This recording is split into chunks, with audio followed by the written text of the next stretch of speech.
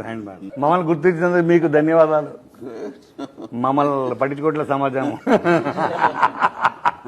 పెద్ద ప్రత్యేకించి introduction base ఇస్తుంది కదా, బేస్లెస్ మాటలు మాట్లాడదాన్ని. మీరు చాలా గౌరవిస్తారు, నేనేమో చాలా చనువుగా జోకులు వేస్తుంటాను. ఇదేనా మన కోన వెంకట గారిని ఏవో అనుకున్నాం, ఇంతేనా అని అనిపిస్తారు. బట్ ట్రైలర్ బ్యాండ్ మేళం చూస్తున్నంత సేపు ఇది చాలా fun oriented film, very youth loving film లాగా నాకు అనిపిస్తుంది. బయట అక్కడక్కడ సోషల్ మీడియాలో వీళ్ళు చేసే డాన్స్లు ఇవన్నీ కూడా కనపడుతున్నాయి, ఎవరికి తెలియదు అంటున్నారు, చూస్తూనే ఉంటాను.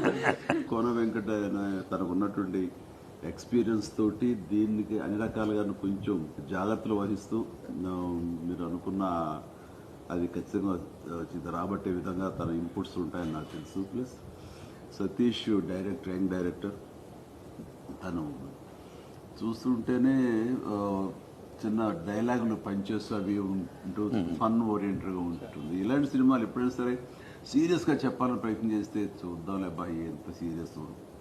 బాగుంది, ట్రైలర్ బాగుంది.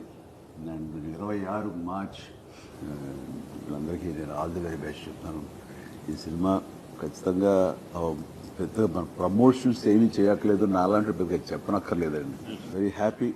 ఇలా చక్కటి సినిమాలు హిట్ అవుతుంటే కనుక ఈ సంవత్సరం శ్రీరామనవమి నాడు రిలీజ్ అవుతున్న ఈ సినిమా ఆ దేవుని ఆశీస్సులతో, రాముల ఆశీస్సులతో పెద్ద హిట్ కావాలి మనస్ఫూర్తిగా కోరుకుంటున్నాను.